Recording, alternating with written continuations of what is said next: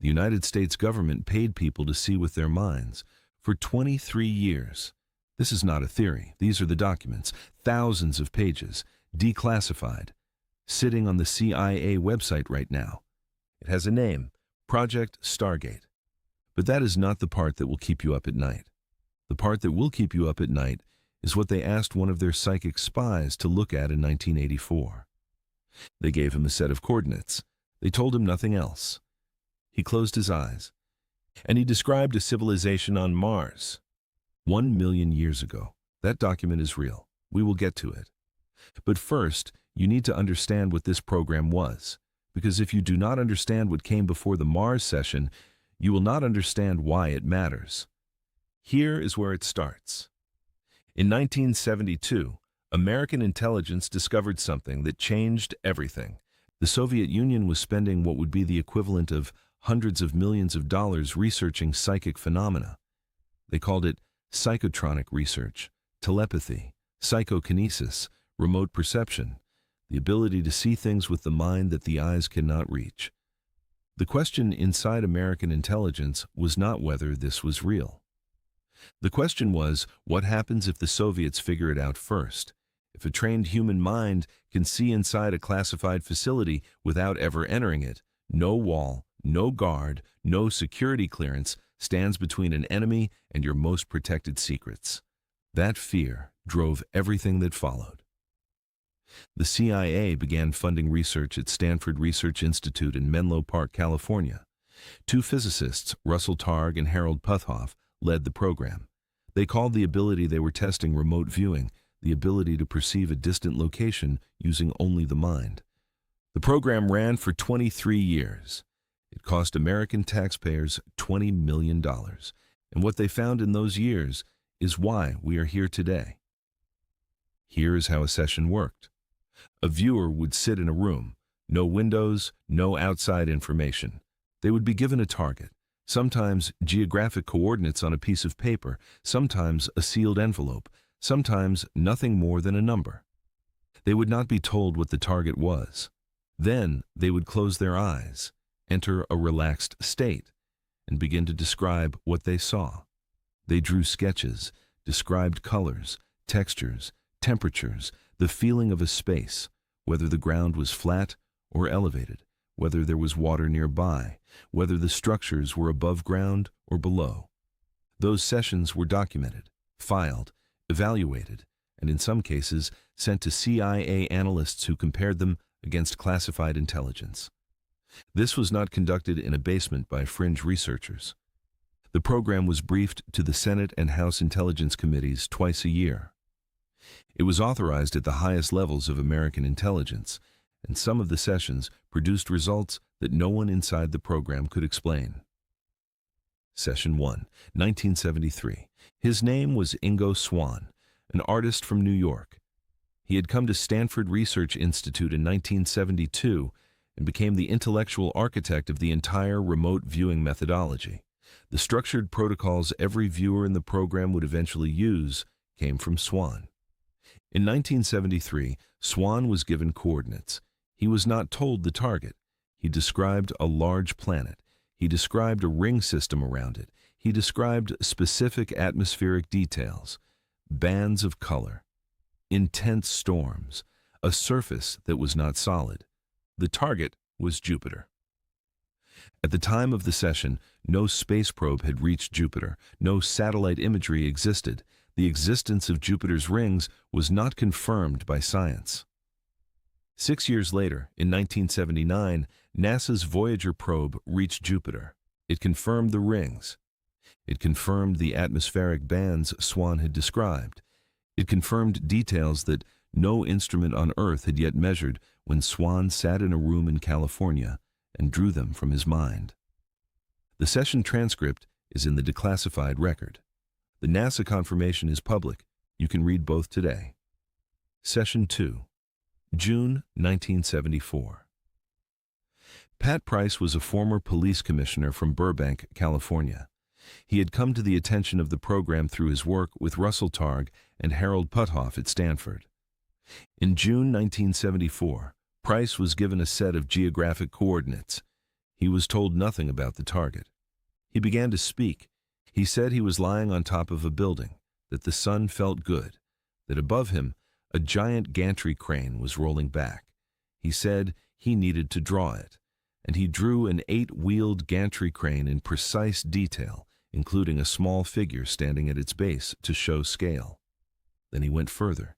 He described underground structures. He described a massive steel sphere, roughly 60 feet in diameter, being welded together from steel sections shaped like orange slices. He said the workers were having trouble because the steel was so thick. The CIA could not confirm any of it. The target was the Soviet nuclear research facility at Semipalatinsk, one of the most classified locations on Earth. 3 years later, in May 1977, Aviation Week magazine published satellite photographs of Semipalatinsk. The photographs showed the steel sphere, the gantry crane, the layout Price had described. Pat Price had drawn a classified Soviet nuclear facility from a room in California using nothing but his mind. He died in 1975, 2 years before the satellite images confirmed what he had seen. He never knew he was right. Session 3, 1979. Joseph McMoneagle was a retired Army warrant officer. He would go on to conduct more than 450 documented remote viewing sessions for the program. He was later awarded the Legion of Merit, one of the highest military honors in the United States, in part for his classified intelligence work. In 1979, McMoneagle was given a target. He was told nothing. He described a shipyard. He described a new class of submarine under construction. He described specific structural details of the vessel. At the time of the session, American intelligence had no knowledge of this submarine.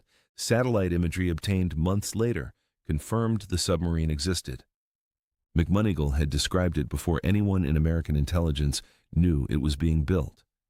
Session 4, 1980. CIA personnel had captured a suspected KGB agent in South Africa. They needed to know how he was communicating with Soviet military handlers. They put an envelope on McMoneagle's desk. No name, no photograph, no information about the man inside. McMoneagle told them the agent was using a small pocket calculator. That the calculator was not a calculator. It was a disguised shortwave radio. South African intelligence questioned the agent along those lines. He confessed. The calculator was exactly what McMoneagle had described. McMoneagle's record across more than 450 sessions became the most documented case for remote viewing in the program's history. In one session, he was asked to locate an American hostage held somewhere in the Middle East.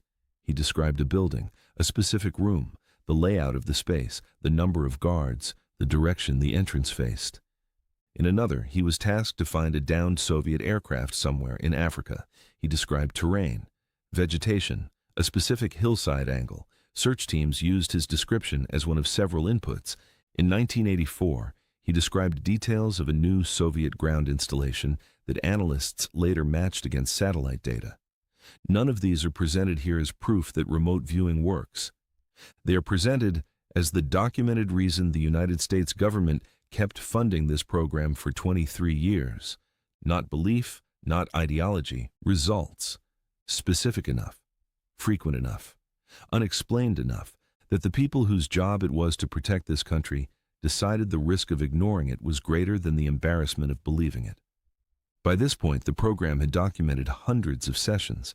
Some were failures, many produced vague or unusable results, but the hits were specific enough and frequent enough that the program survived budget cuts, skeptical reviews, and waves of institutional ridicule for more than 2 decades. The CIA did not keep funding a $20 million program out of sentiment. They kept funding it because enough of what the viewers described turned out to be real. Now, here's where it gets strange. This next part is not in the files, but here is what we know. Inside the program, not all the sessions were focused on Soviet military targets. Some viewers were pointed at things that had nothing to do with Cold War intelligence. One of those sessions was conducted in 1984. The document describing it is real. It is on the CIA reading room right now. Declassified, available to anyone. We're going to tell you exactly what it says. Session 5, 1984. A remote viewer was given a single envelope. Inside the envelope was a card with coordinates. The coordinates were for Mars. The time parameter given was 1 million years BC. The viewer was told nothing, not the planet, not the time period, nothing. The session began. The viewer described a vast, thin atmosphere, enormous structures, pyramids, a landscape of dust and dying wind. He described beings, tall, thin, ancient, not primitive, a civilization that was already old. He said they were dying, that something had happened to their world, that the atmosphere was failing, that they were trying to survive it. He described them as desperately trying to preserve something, their knowledge, their records, themselves. The CIA officer running the session asked, "Are there any of them left?"